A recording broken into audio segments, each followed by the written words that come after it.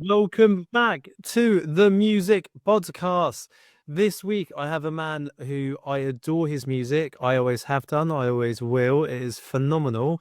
I'm not going to bring him up too much because you guys will make your own judgment on it. Don't take my word for it, but go and listen to his music after this podcast. Taylor Bradshaw, all the way from New York. How are you today? I'm doing great. Thank you so much for having me on the podcast, Josh. I am so thrilled to have you on the podcast with me. It is going to be a phenomenal one. And I've got my co host, Mr. Westwell. Now, Taylor, we start off every single one of our podcasts with over or underrated. I'm going to name some artists. It's only your opinion. You can say if they're underrated, overrated, or maybe they're just rated fine. I'm going to start with I know one Tom likes. This is Bob Dylan. What do we think? Bob Dylan, I've got all the respect in the world for him. Um, he's not somebody who's one of my influences so much, but I dig him. So make it just rated fine. Yeah, it it fine. Tom, where you putting Bob? I would say underrated. I think the movie and all that hype that's come with it's probably got a bit more attention back on old Bob Dylan, but yeah, I'd say still underrated. Mumford and Sons. Mumford and Sons. Oh, geez. Well, I guess they started out overrated and then became underrated once once some stuff went down. But yeah, I have a lot of respect for those guys. So I'd say started off overrated, ended up underrated. Yeah, I think that's spot on there. I think I would have about to say the same thing. I think it was very trendy at one point to hate on Mumford and Sons, but I'd say underrated now. Okay, you two agreeing so far. What about the Lumineers? Lumineers, probably overrated. I'm just so not good at saying words like that. I'm such a nice person. Well, you're the worse than you say, Taylor. Oh, you're starting it so spicy. Tom. I think I'd say underrated as well. And I'm going to go with Noah Khan to finish with. Noah Khan, I'd say underrated, even though he's already a superstar. That dude is crushing it, and his music is so personal and real. And he is just crushing it and writing from his heart. And I'm so glad it's connecting with so many people. Yeah, what a come out he's had. Tom, do you agree with that? No, I don't. I think he's overrated, I think. Mainly because like very talented, but I think stick season just gets way too overplayed here, and it's just put me off of him. And Not his fault, is it? yeah, it's just put me off. Yeah, no, I'm not a fan. Right, there we have it. Right, Taylor, I want to come to you. Talk to me about the New York folk scene. I've been to New York. There are some incredible musicians around. Is it known for folk, or are you putting it on the map? Yeah, so I mean, as we all know, New York folk scene has been a huge, point in the world for where all these artists came, like Simon and Garfunkel, Bob Dylan, and then later on, the counterfolk music with like Regina Spektor and all. And so these days, there actually is a newer folk scene that is popping up that I'm definitely tuned into. Really talented artists. I'm part of a songwriter club that meets up and we all share new songs once a month, and it's always so inspiring to be around those people. And it's just so it's just so real, and it's so there and so supportive of each other. Just huge amounts of talent happening here, which is very exciting. I love the fact that if they meet up for new songs to go, that little community, that's absolutely fantastic. I'm not heard of a city coming together for that in one genre. That sounds like a beautiful thing to happen. Taylor, who are some of your heroes growing up? Who were on your posters as a young boy? What would I have seen? Oh, you would have definitely seen the Strokes. See. Yeah, the Strokes and also Arctic Monkeys. Those were the ones who like really got me into music as a teenager, and Radiohead as well. But as far as folk goes, that stuff that really stays with me, that's more like Simon and Garfunkel and Bright Eyes Hmm. are the two big influences. I would have never, ever, I've known you for a little while now, Taylor, ever guess you would have had the Strokes and Arctic Monkeys. My favorite bands ever. I mean, Tom drove to Scotland to see them. I mean, that is quite far, but again, all of us in this call very eclectic with our sounds and who we listen to. So I'm not surprised that folk comes into it, but that does shock me. I feel like people listening to this who know you might be shocked by that, or is that quite out in the open? Well, maybe, yeah. I mean, my bands I started out in were very much alt rock, and that actually still carries through to the music today. And so it's funny because the stuff that my songs that hit the hardest on the internet are often these like softer folk songs, although some of the rocking ones get in there. However, at the live show, you'll find it's surprisingly high energy and a lot of dancing happening. So it kind of goes through these extremes. And so if you come to a live show, you'll know exactly what I'm talking about. Absolutely. Taylor, there's a lot of musicians that listen to this podcast, and we love them very dearly. For you, I think they would look at you and go, wow, 9K monthly listeners, 17,000 Instagram followers, all of this. As a musician, and I mean this as bluntly as possible, does that matter to you?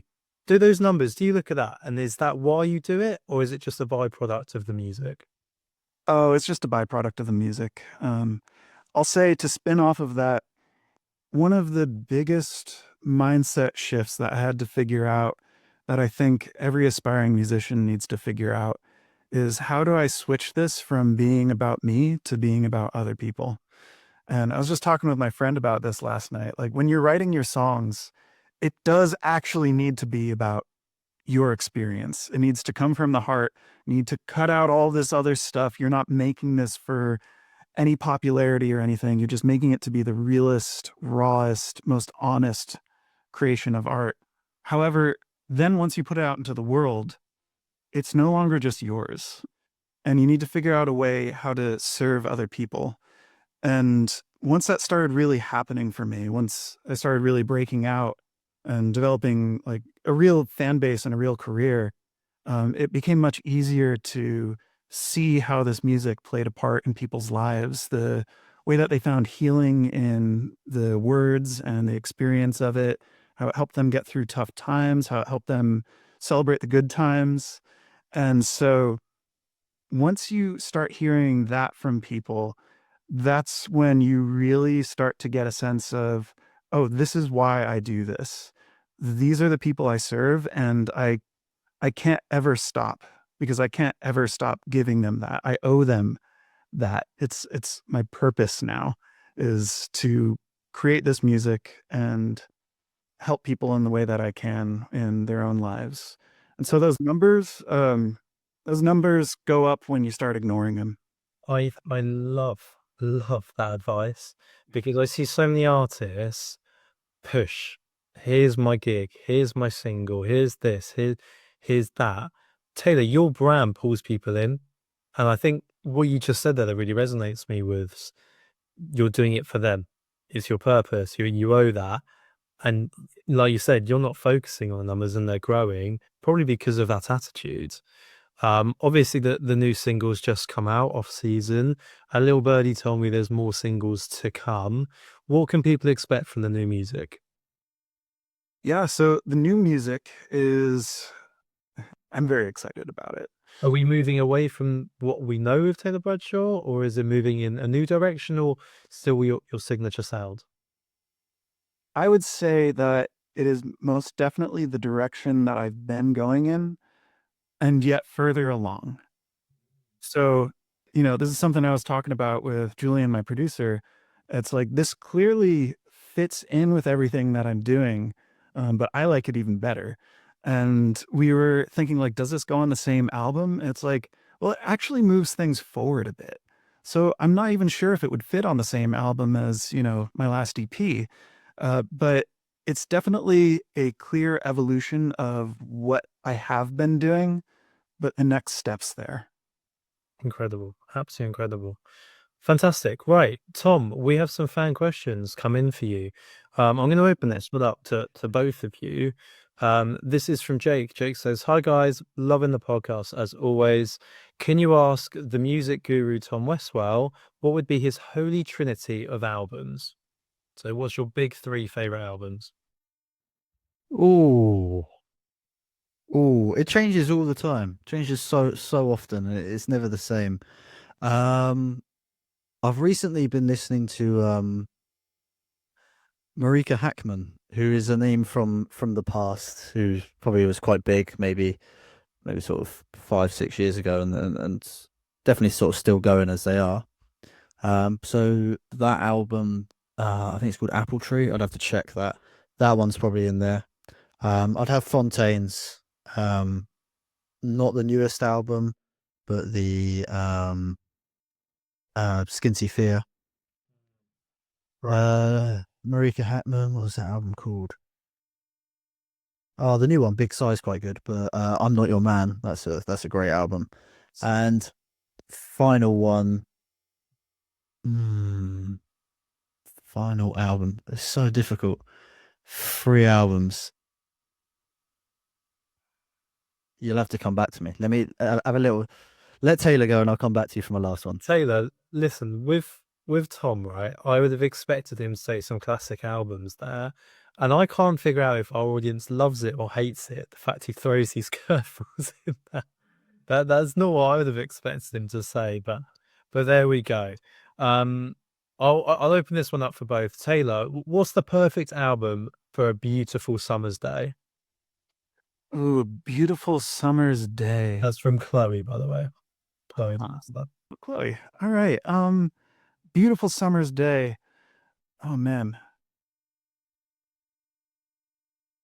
It so depends on how cathartic you want to go. I'd go kind of weird with this one. I'd say what was James Blake's album that he released in, I think, 2019? It was, do you know what I'm talking about? It was the one time he wrote an album that was happy instead of sad. I'm pulling it up right now. Okay, James, I gotta know. what's Taylor's answering that one? Tom, what's your last album? I'm still thinking about it.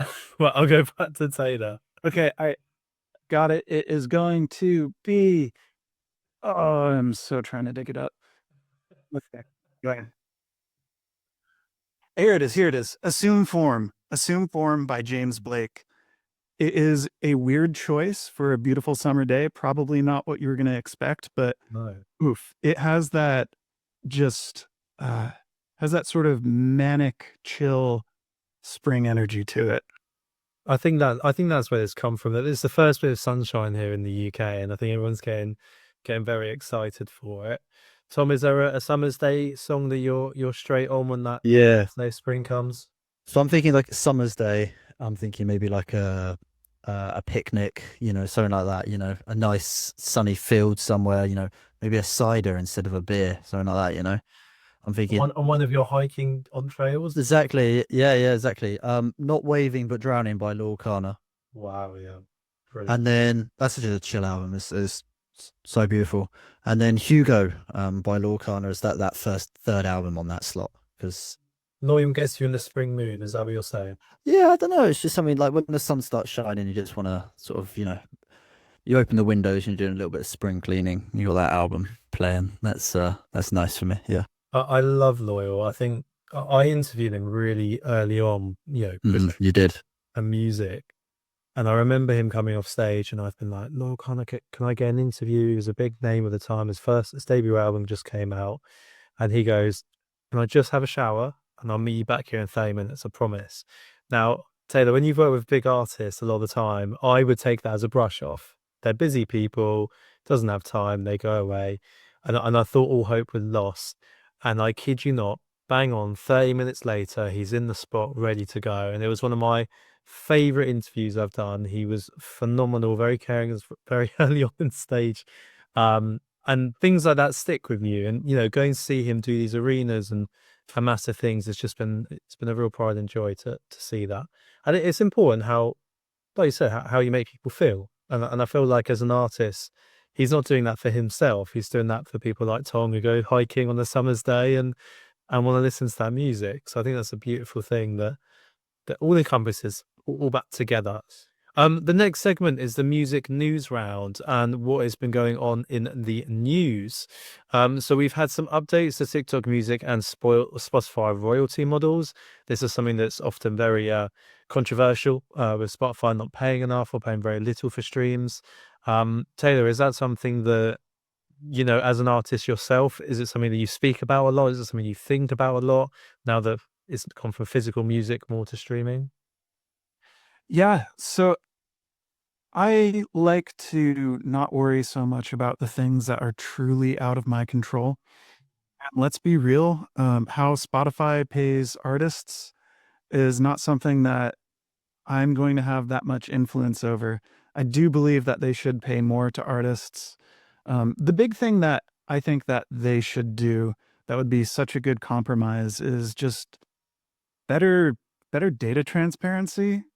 If so say they paid the really low stuff that they're paying right now, but they enabled artists to have the tools to reach their fans who are on Spotify and actually deepen a relationship with them, ways to contact them, talk to them, have them get on the email list. To me, I'm like, all right, that would solve it all. It wouldn't solve it all for all musicians because not all musicians actually market. In fact, most of them don't actually market their music. But I think that that would be such good compromise that would give artists the tools to monetize their careers better, because music can just, these days, it's so commoditized in certain ways. And it's almost as if the music is, it's the way that you find the people and it's the way that you give to their lives. But the music itself often isn't even the thing that pays for us to live. It's all these things around the music. It's all the things that deepen the relationship with the fan that actually do support us. And so my big thing would be, let us have the data. That's such a unique approach, Taylor, because so many artists would go, pay better. You've actually found a solution that's a win-win. Spotify couldn't argue and say that that wouldn't work, which is really interesting. The next big news, Live Nation has affected their bookings, so they're going to be donating £1 in the UK here. If there's a big stadium show, £1 of it will go to small independent venues because they've been shutting down at a crazy, crazy big rate. And in terms of my genius marketing of the week, I'm actually going to go with Arctic Monkeys. And something quite controversial is Tranquility Base Hotel and Casino. They created a mysterious world that let fans jump in, feel like they were there, the music surrounding it. It was his own world. And all of their marketing was mysterious from announcing shows to the album to single releases. I think they've kept that up, and their use of data actually with emails is incredible. And they've always been that band who've been at the cutting edge of all marketing works there. We're going to move on to Tom Westwell's quiz of the week. Tom, I'm going to pass it over. Cool. What are we doing this week? I've got some questions. Shout out the answers. You get a point if you get it right. Unlimited guesses. So, just feel free to shout them out and I'll be listening along to see who gets there first. So I'm heads with Taylor, yeah? Yeah, head to head. Absolutely. US v UK. Yeah, and I'll let you know, Taylor. I think Josh has won every single quiz so far since we've started doing this new format. So no pressure. Question number 1. Before Miley Cyrus recorded Wrecking Ball, who was it offered to? No idea. Is it a big US artist? Yeah. Big. Female. I'm gonna have a wild guess. Lady Gaga. Nope. I'll I'll give you a clue. They've got a very famous husband. Well, you're throwing me further off. Who is also a musician. Beyonce. It is Beyonce. Oh, yeah. That makes sense. I wasn't to get that one. What was Adele's 2015 album called? They're numbers, aren't they? They're ages. They are. Oh, it's so hard. I feel like, being English, I should really know this. I don't know how old that 40? No. Miles off there. Much younger. 30? 25. Oh God. Oh. I'm gonna get slayed in the comments. You are going to get slated in the comments for that.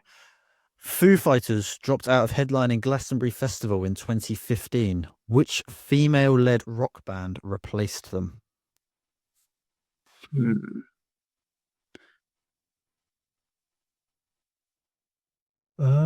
Take a guess. Metric? Nope. British or US? I think she's British. Hmm. She has ginger hair. Flight the Machine? It's Florence and the Machine. Which band, fronted by Matt Healy, released 3 albums in the 2010s? 1975. Oh. Speaking of overrated.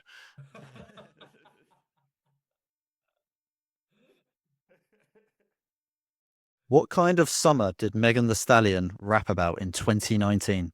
Hot Girl Summer? Oh, it is a hot girl summer. Oh. That was just a guess, but Hey, that looks pretty good. Which indie band released the song Pumped Up Kicks in 2010? What's for the people? It is Foster the People. Well, that was deep in here. We'll do one final question. Who headlined Glastonbury in 2010? Now there's 3 answers. 2010. Radiohead? Nope. It's a great show. Coldplay, they're always playing it. No. 2010. That's got to be Foo Fighters, Red Hot Chili Peppers. Nope.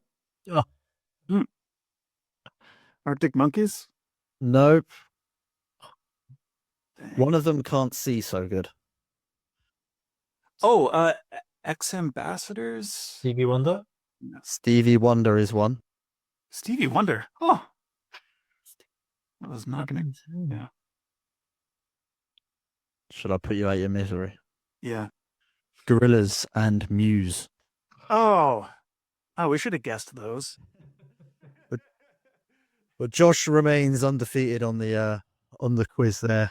I didn't stand a chance.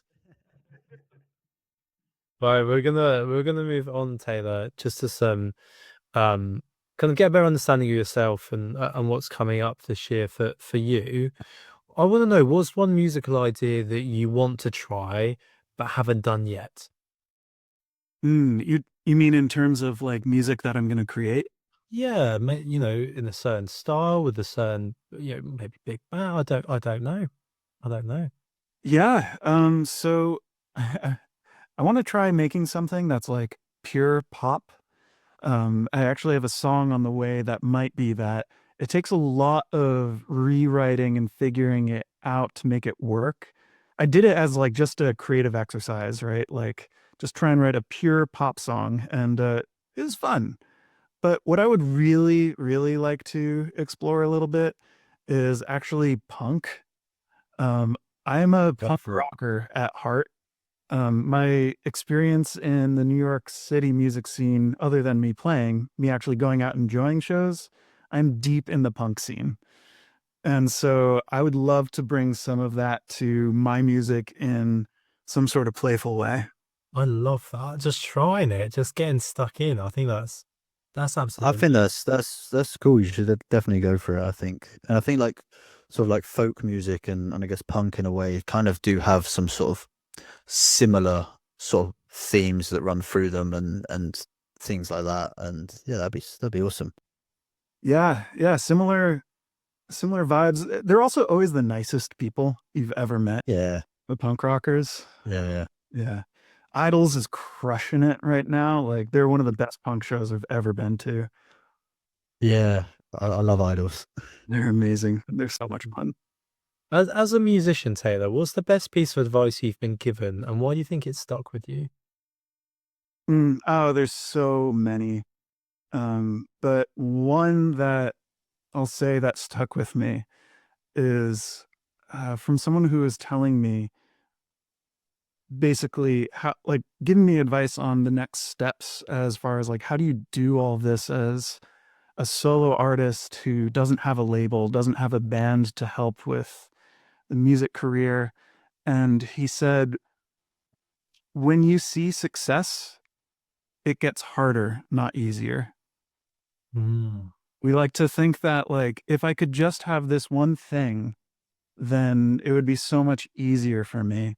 And the fact is that, yes, that one thing will get easier, but because your career has progressed in that way, more things than that have been added on. And just that one bit of advice that things actually get harder, not easier, when you see some success was very helpful to me to know that I should keep on going even when things do get hard. Because, I mean, anyone in their right mind would have given up a long time ago. And I think that's true with just about any musician. You do it because you have to. It's something that has to come out. That's so creative. Taylor, thank you so much for coming onto the podcast today. We really, really appreciate it. Any music fans out there listening, go and listen to Taylor Bradshaw. You will not regret. The tunes are phenomenal, and maybe soon a punk album to come out afterwards. Tom Westwell, thank you for joining me today. What do we say, Thanks. Tom? Thank you, everybody, and thank you, Taylor, for your time. And we'll see everybody next week. Thanks for having me.